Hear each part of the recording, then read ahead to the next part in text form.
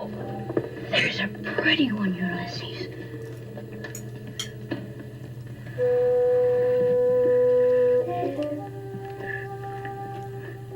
There it is. This is one of the highlights of my BookTube channel. I am here. I'm Shawn the Book Maniac. Welcome to my channel. And I am here with Thomas Grattan, the author of one of my favorite books from 2021, The Recent East. And we are going to talk about the novel for a bit, but we're also going to talk about Tom Grattan, the reader. Tom, welcome.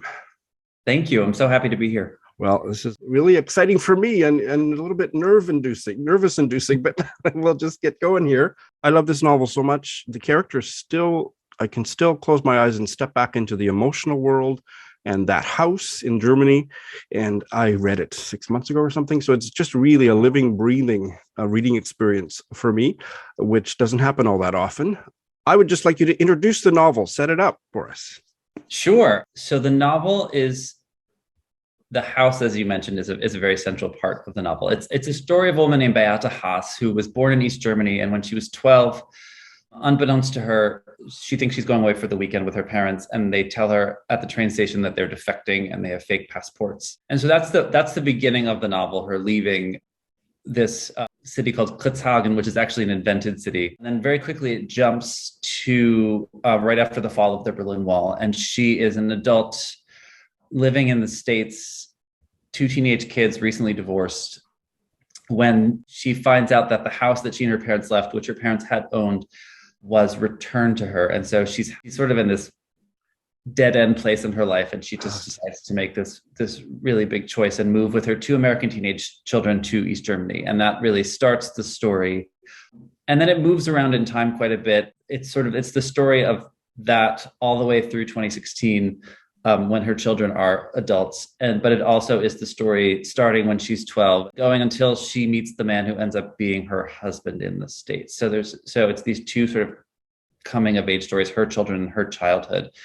And there's lots more, but that's a good setup. And it would be impossible to set up such a rich, complex novel and do it justice, but that is a very good start. Okay.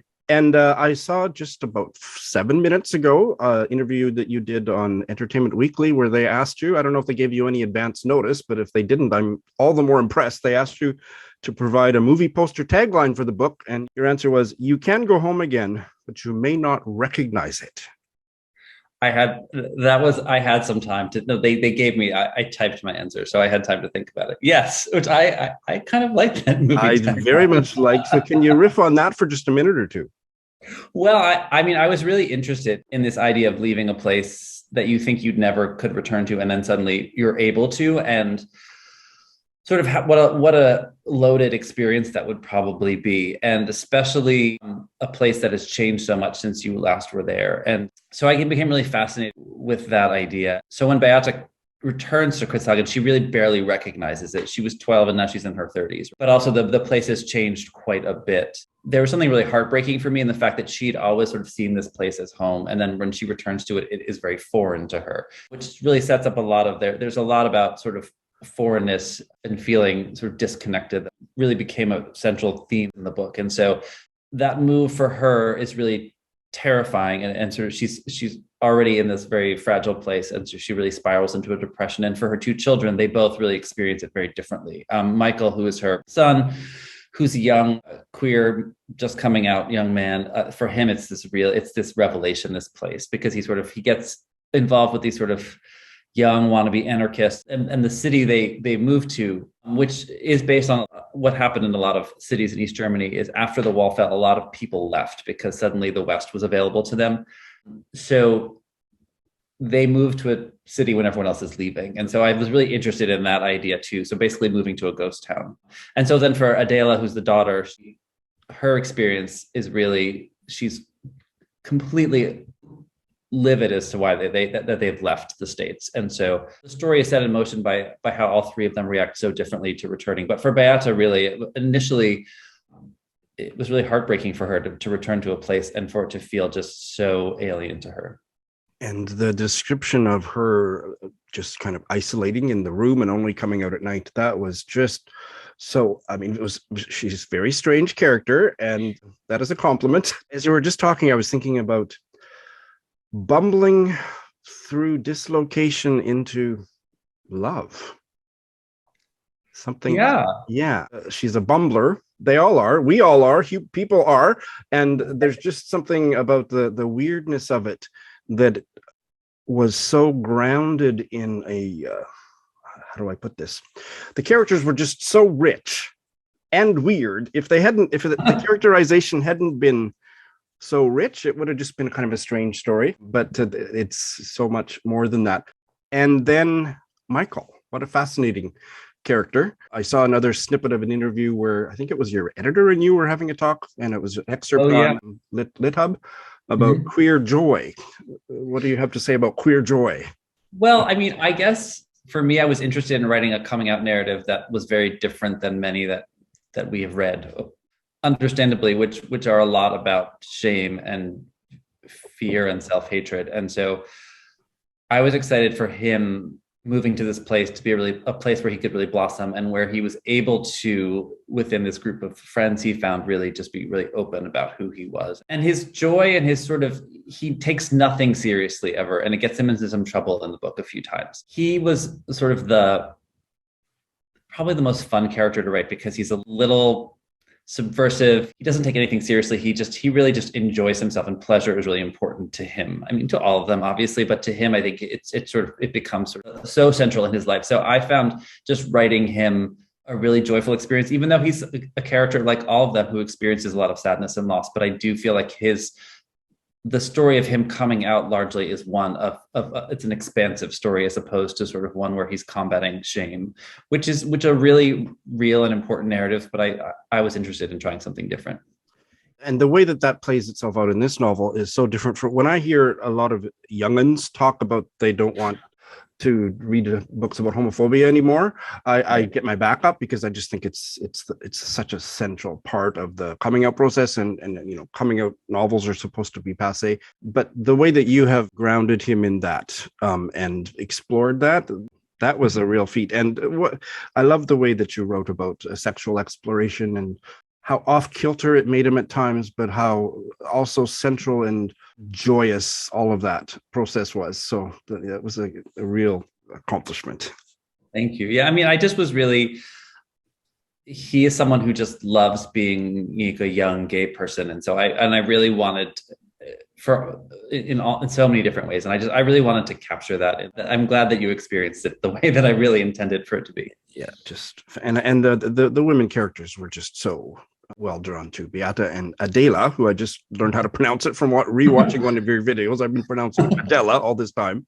It's fine. I don't know why I give characters names that are hard to, like, no one could pronounce Beata's name. My agent was like, how do you say her name? And I don't know why I chose all these complicated names. Was I right in, because I automatically concluded that Beata named her daughter after the dead woman in the apartment in West Germany, right? She did. Yes. It's never explicitly stated, but it's the same name. I thought, oh my God, she's so weird. She named her daughter after someone she never met, but that was where they went when they went into exile. That was the apartment they stayed in. It's funny, and she is weird, and yet I guess when I was writing it, I didn't think of them as weird, and perhaps that's because I am weird. But I felt like her alienation. I mean, I think both she and her children, growing up, they basically had to parent themselves in lots of ways. If she had these sort of older academic parents, she was an unhappy accident, and was an only child. And then her children, especially when the marriage falls apart and she falls apart as well, I think they really, especially when they first get to East Germany, they have to really sort of run the show. And so I was interested in sort of how, sort of a history of sort of parental indifference, even parents who really love their children or just don't know how to be parents. I feel like that became really important too. And what kind of characters emerge when they have to kind of self-parent. Yeah. And which is why Michael was really fun, but also he got himself into trouble because he was just making decisions he was not ready to make. Right. As a 14, 15, 16-year-old. Absolutely. I have also been, I guess I wasn't snooping, it's publicly available information, but you recently or last year taught an online fiction workshop, the title of which was Moving Through Time. I did. So time would be probably, I think you would say, is the main character, the main theme of this novel. Can you talk about that for a minute? Sure. I mean, I love novels that really encompass a large section of someone's life, in which time becomes a really main character. And time changes the three main characters. It also changes the place. Kritzhagen really changes so much because as a place in the East, but right on the Baltic coast, the first few years they lived there, it was still this sort of very forgotten place. But then within a few years, this tourism industry comes up. So by the time Michael is an adult, it is unrecognizable from the place he moved to, just a decade before. So I was really interested sort of in how time changes characters and how time changes places. And it just allows a story to unfold in a way that you get to savor it. I'm thinking of books like Stoner by John Williams or The Dust House by Anne Patchett, two books I love. And I think they, or Atonement by Ian McEwan. Those are all books where where time and time will have its way with all of us. And so I think that creates narrative momentum, without having to, although there were some big plot points in here, which I had to sort of, in the earlier drafts, I was more reluctant to sort of have big things happen because I didn't want it to move into melodrama. But I think a lot of times it became a story just about sort of how time changes them, especially when characters leave and then come back after several years and then they're re-engaging, and then it creates a new momentum each time they reconnect. And then there's something about that married to the generosity of your vision for the characters, your imagination of the characters, that you don't give up. I don't know if I'm saying it the right way, but you don't give up, or I didn't give up on any of the characters. And I think that's because you didn't give up on any of the characters. So for example, and we don't need to go into it in detail, but the connection between Beata and her ex-husband on the phone, that was just a wonderful part of the experience, where time flowing and you not giving up on anybody, and the characters not completely giving up or not permanently giving up on each other. Yeah. I worked on this book for 8 years. So I spent a lot of time with these characters, and I found them all flawed, but worthy of a lot of love, as I think most humans are. So I think I wanted to both put them in situations where they would just screw up, but also situations where they still deserved connection. And redemption is sort of too trite a term, but some sort of movement, because I do feel like I wanted the story to move into a place where things shift, even if not in these huge ways, but this potential for things to shift in subtle ways that do make a difference. And which is why, even though the book changed a lot over the course of writing several drafts, even the first draft, it ends with Adela's son. It always ended in third. Like, that was something I knew right away. So by ending with him, and it's his only chapter in his perspective, it suddenly just shifts the lens on the world. And so which I think is always really fascinating, when you're able to sort of, suddenly you feel like you're so entrenched in these three narratives, and then a fourth one shows up, and then you're like, okay, wait, it's really different. And it allows sort of an expansiveness that I was really interested in. I am quite proud of the fact, I don't need a pat on the back about this, but that I was there for the live Zoom chat that you had with Michael Cunningham, who is one of my very most favorite writers. So I was rooting for your novel before I even got my hands on it. And you talked a lot in that chat. You and Michael Cunningham talked a lot about the revision process. Yeah. The process of, I believe one of you used the phrase of whittling down from, wasn't the first draft 1,000 pages? So I had a document that I wouldn't even call a draft. It was just because I really did, I had the premise and a little bit of the character, and that's really all I had. So I just decided to start. I'm someone, when I get on a roll, I could just go and go and go. So I just had these pages, and then I took from those 1,000 pages of whatever it was. I then went somewhere in the middle of nowhere for a week with no internet and nothing. It was like in the dead of winter. It was just really cold. It was this little cabin, and I just had like a stack of index cards. And I basically wrote all the plot points that I felt like needed to happen to make the story happen. And then I sort of went to that document and I pulled information. So it was really a patchwork process initially. So then the first real draft that I showed people was about 400 something pages. And then I kept having to sort of make choices, because for me, I think I fell so in love with the world and the characters. Like, Beata's husband was a much bigger character in the first draft, and I had to sort of pull him back, because more and more I had to just make choices as to whose story it was. And I was greedy and I wanted it to be a lot of different stories, but I realized it was, so I had to make a lot of choices. And so whittling down the process of subtraction became really the way I had to revise this book. Great. And I want to just add, because I rewatched that part of your chat with Michael Cunningham last night, and you were being far too modest about how ingeniously you whittled it down, because there is a sense of compression in what remains. That process, oh my God, whatever you shaped it into something that just, it's one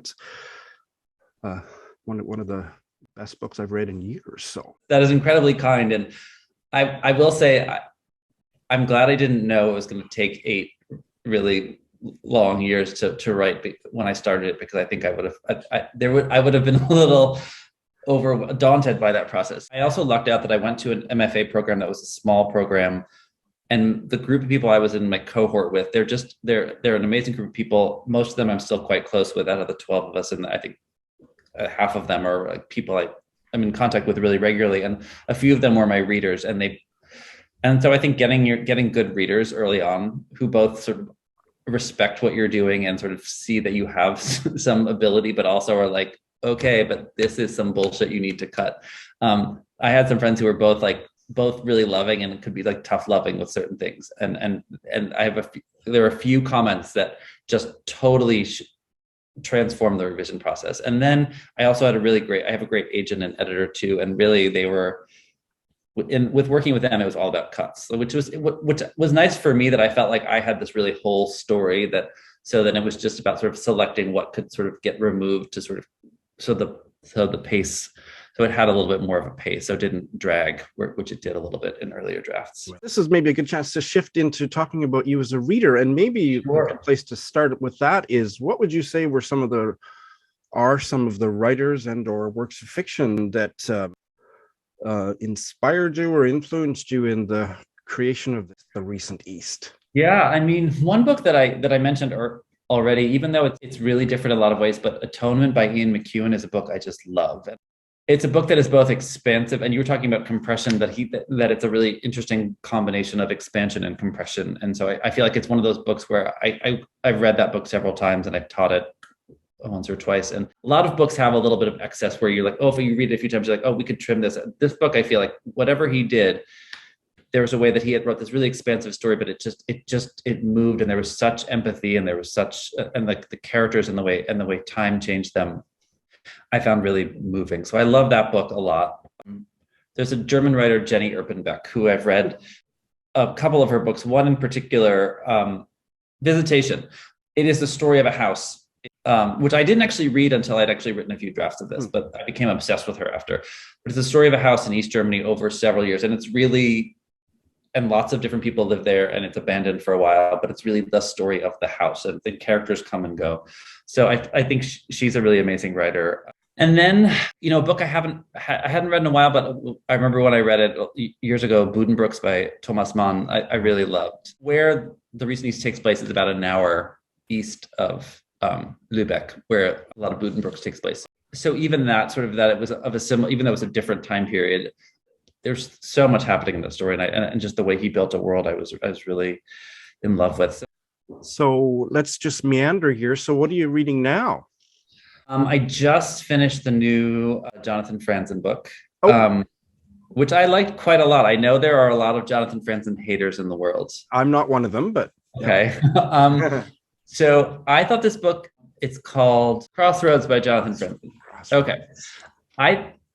I really love that book. I think there's something about the way he writes about people sort of in these who sort of get themselves into ridiculous circumstances. So it's sort of a balance of ridiculousness and real empathy for the characters. So I love that book. I've been doing this thing recently when I'm writing and I get stuck. I just keep like a short story book next to me. So I've been just randomly rereading some Alice Munro. Well, I definitely approve of that. Yeah, she's the goddess. I love Alice Munro. So those are some things I've been reading recently. I also, speaking of Thomas Mann, I also recently read the Colm Tóibín, I believe is how you say his. Yes. The Magician, his novel about Thomas Mann, which was great too. so fascinating. Just I didn't know exactly the world, like, how the world changed so much through Thomas Mann's life, and just the way that he was able to capture that, I thought was really beautiful. So those are some of the things I've read recently. In my review, which I will link in the show notes to the recent East, I talked just briefly about the Canadian short story writer who lived in Paris for the last 50 or 60 years of her life. Oh, Mavis Gallant, I Gallant. love. Yes. So yeah, I want to know if you've read her. So yeah, I have read, not for a while, but I read one or two of her collections, and she's genius. And I feel like she's someone I think Alice Munro credited as an influence, and I think you really see that. Sure. I change my mind on a weekly basis. Who's better? So they're both equal. They're both the best short story writers that I. They're amazing. Yeah, I love Mavis Gallant. She was so preoccupied by transnational exile, expatriate themes for almost everything she wrote. So that's why I thought of her in connection to the recent East. Yeah. Any connection to Mavis Gallant, I will take. You'll take it. Well, I'm happy to give it, because that's what I thought of, and I've read most of her stuff. Yeah. And what kind of a reader are you in terms of? Do you have several books on the go at the same time? Are you a book slut like me, or do you read one at a time?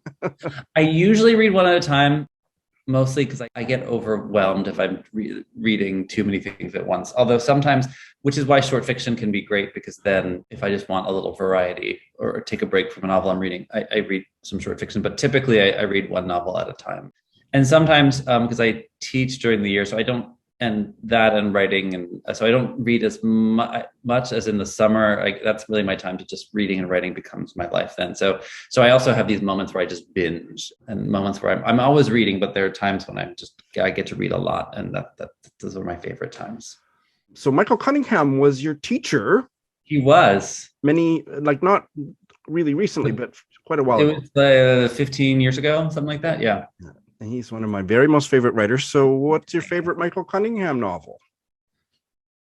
It might be A Home at the End of the World, actually. Me too. Yes. It might be, yeah. Although I love The Hours too. The Hours was my introduction to Michael Cunningham. But there is something about A Home at the End of the World, particularly the story of this chosen family that I think and also just the way that story again moves through time. Like it begins when the characters are quite young, and then and just time really becomes a huge character in the story. I just think that book is really beautiful, and it's one of those books that there's so many images from it of that house they live in upstate, and that just really stayed with me.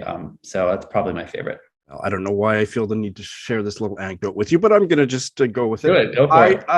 Michael Cunningham came to Toronto when I was living there in the 90s, and I was just such a smitten, groupie about all of his stuff. And so I took my oversized quality paperback version of A Home at the End of the World and whatever other books I had by him, and I went with some of my book club friends, gay book club friends.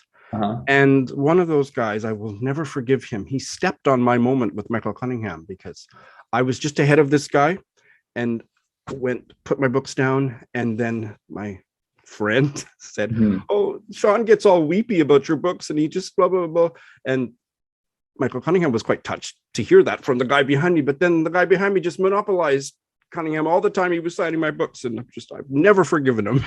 I'm sorry. That is awful. That is awful. But Michael is a really lovely, an amazing writer, but also he was a great teacher, and is a great teacher still. And really just, he's an incredibly generous person too.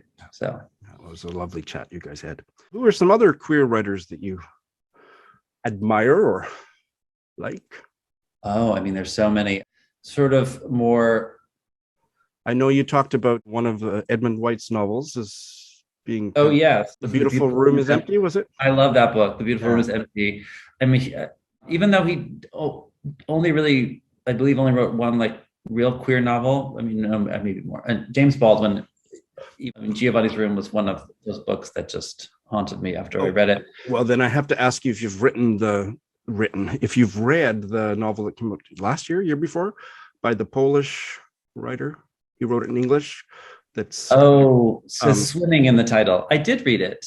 Yeah, it was beautiful. It was a really beautiful book.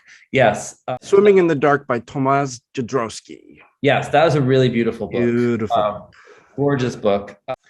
I love Garth Greenwell. I think he's a really amazing writer. Andrew Sean Greer, I think, is great.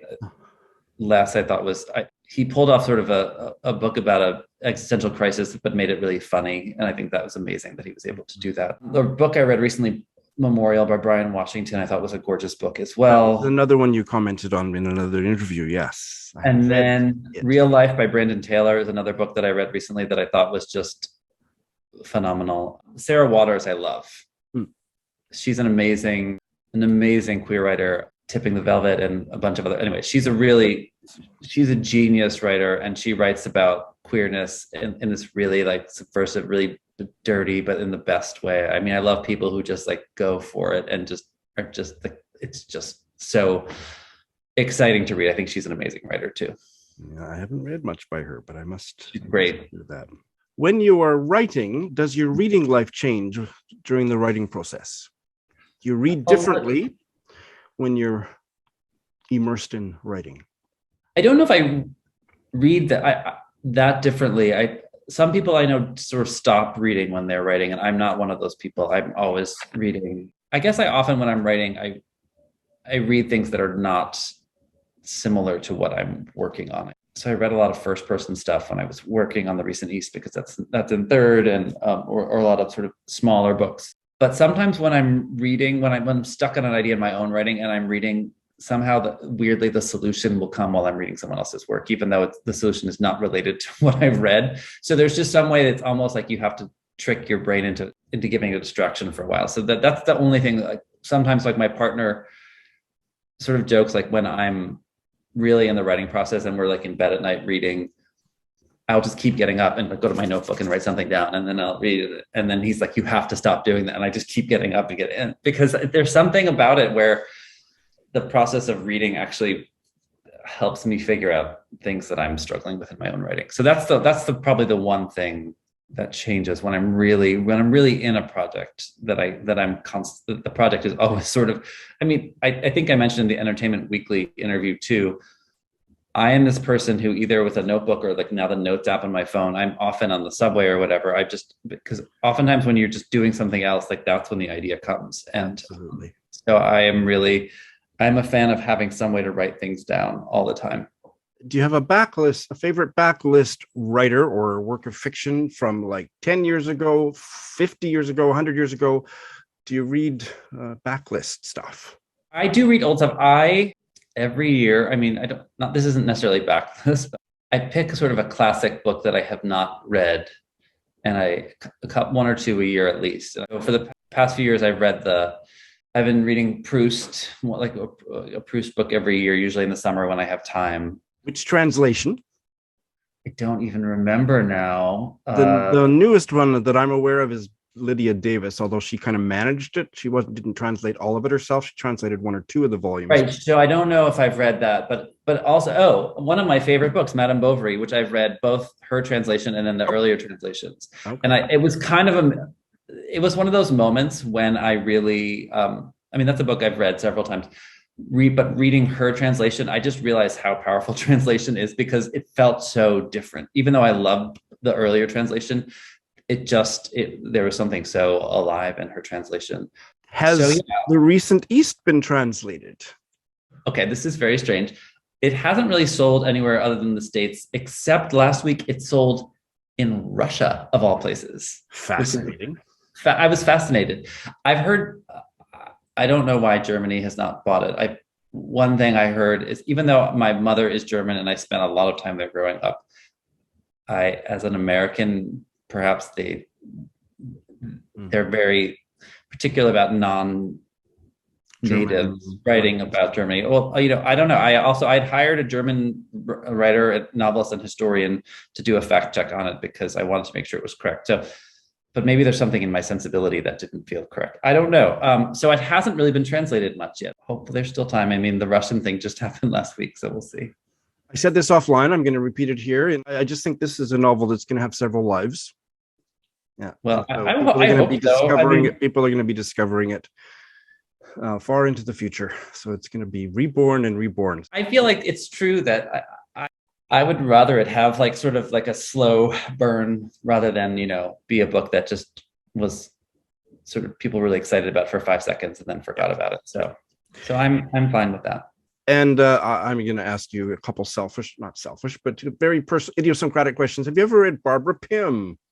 I have not read Barbara Pym. Oh, I think you should. I will add her to my ever-growing list of people I haven't read. Your sensibility doesn't remind me of her at all, but I do think that you probably enjoy her. And also the Norwegian novelist Cora Sandell. She died maybe in the 60s, and she wrote her trilogy, which is very autobiographical, the Alberta trilogy, from the 20s to maybe the 40s. And it's one of my favorite works of fiction that I've discovered, certainly in the last 10 years. All right. I think you might like that one too. I always love hearing about writers I don't know, because it's very exciting when because I do, try and read a big variety of things, but when you hear of someone you just haven't heard of it, there's the moment of shame, but then there's a moment of it's really exciting. I can see the size of the bookshelf back there. I don't think you'd need to be ashamed about how much you read. Nope. And what are you working on now, and how soon? Can you have another novel for me by next Tuesday? I'm working on a new novel. It is due to my editor this summer. It is, and this is good for me because I'm terrible at sort of providing summary. So this is good practice for me. Great. Very generally, it's a story of a young man who grew up in the very religious Midwestern household, who moves to New York in the early aughts and starts working for and develops a complicated relationship with an older, wealthy queer couple. Uh-huh. And it's called In Tongues right now. That's what it is. Tongues. In tongues. As if like speaking in tongues, but it could change. So I will have a very good draft this summer to my editor, and then sometime in either 23 or 24 it'll come out. Fantastic. I guess I can wait. I mean, you have to right now. There are moments where it's just like, fix this scene in caps, so that's definitely not ready for anyone to read. And you do write short fiction as well, which I have not read. I'm saving that treat to tide me over until the new novel comes out. But will there be a collection of short stories coming out? I mean, at some point. I mean, not right now. I've gotten really excited about writing another novel, so that's sort of been my focus. But certainly, I've had a bunch published. Not enough for a collection yet, but I have more that I am working on. So that is something for the future for sure. But the new novel is really my focus right now, and I'm trying not to stray from that too much because I have a deadline. And you have links to at least some of those short stories on your website, which I will link in the show notes. What did you think of Tóibín? I like Tóibín a lot.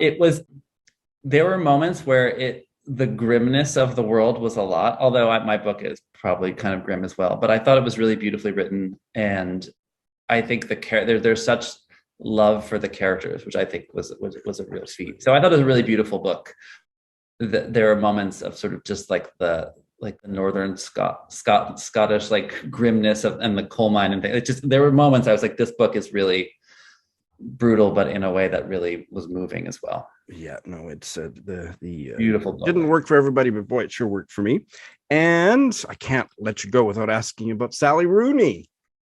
I like Sally Rooney a lot. Me too. I love Sally Rooney. I think she's great. And really smart. And I read Beautiful World, Where Are You this summer, and I just think that she's a really smart writer who sort of is sort of quietly experimental in her work, and even the sort of the epistolary quality of that with all those emails. I think it was emails that she and her friend, the one character, were sending. I just thought those were so beautifully done, and the way they were woven into the story. And I'm a big Sally Rooney fan. Yeah, a book that you wish more people would read that you loved. It's not that famous. Oh my gosh. Okay. It's a book from a while ago. It's called The Dud Avocado by Elaine Dundee. Oh, I've heheard so much about that. I haven't read it. It's a story of this young woman in the 1950s, and it's kind of funny, but it's one of those books that I just loved. And that is a book that I think it got a New York Review of Books classic, one of those reissues. But I think it's a book that I thought was so it was so delicious. So that's a book I would definitely encourage people to read if they haven't read it yet. Also with the transnational theme, right? I guess that's my thing. Tom, it has been an absolute delight to talk to you. And can I pre-book you for your when your next novel comes out? Sure, I would be happy to. And thank you for reaching out and for being such a supporter of the Recent East. It's really lovely. Thank you so much.